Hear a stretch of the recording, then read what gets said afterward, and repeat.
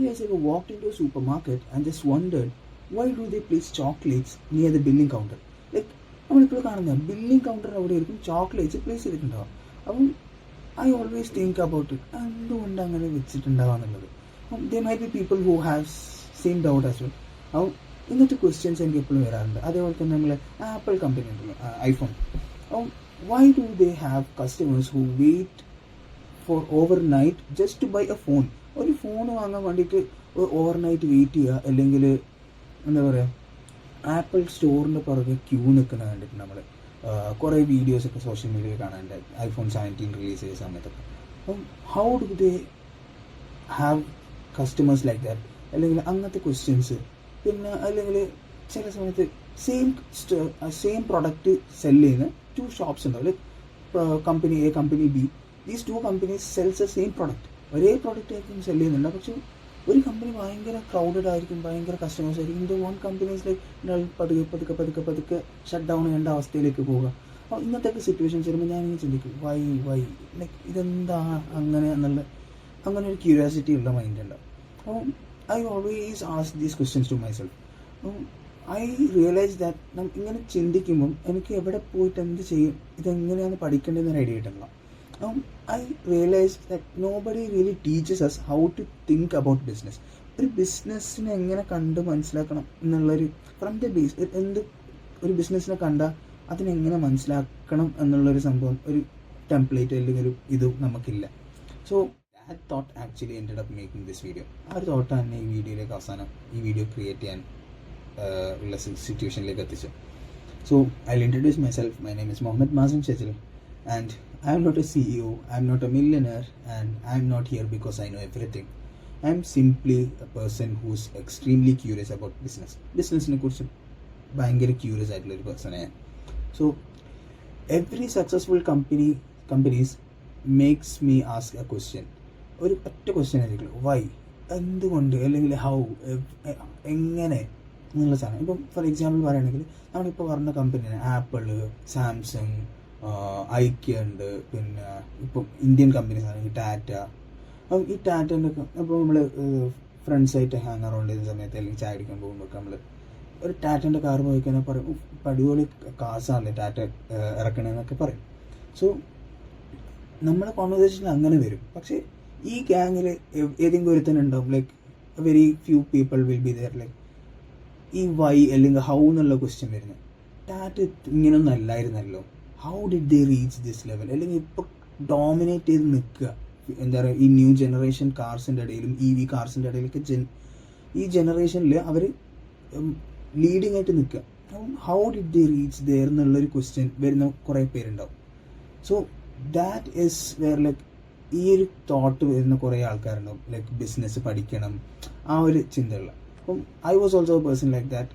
Four a long time I always wanted to learn business. ചെറുപ്പം മുതലേ business പഠിക്കണം, business ചെയ്യണം, ബിസിനസ് മാൻ ആവണം.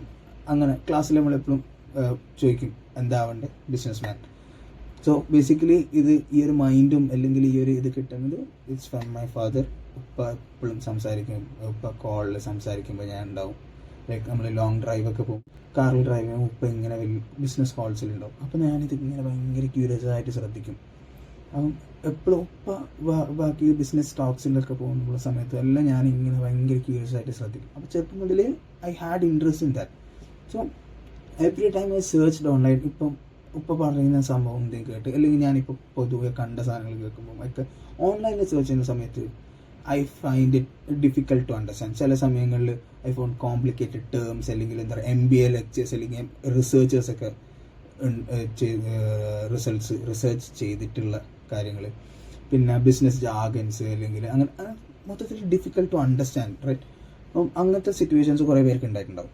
So I asked myself, why don't I start from the beginning, like from the zero തുടങ്ങിയാൽ എന്താ എന്നുള്ള തോട്ടും കൂടി വന്നപ്പോഴാണ് ഐ സ്റ്റാർട്ടഡ് ലേണിങ്. ഞാൻ പഠിക്കാൻ തുടങ്ങി, മെല്ലെ പഠിച്ചു തുടങ്ങിയപ്പം I thought like one concept ഒരു ദിവസം ഒരു കോൺസെപ്റ്റ് വെച്ച് പഠിക്കുക, ഒരു കാര്യം വെച്ച് പഠിച്ച് മുന്നോട്ട് പോകാം.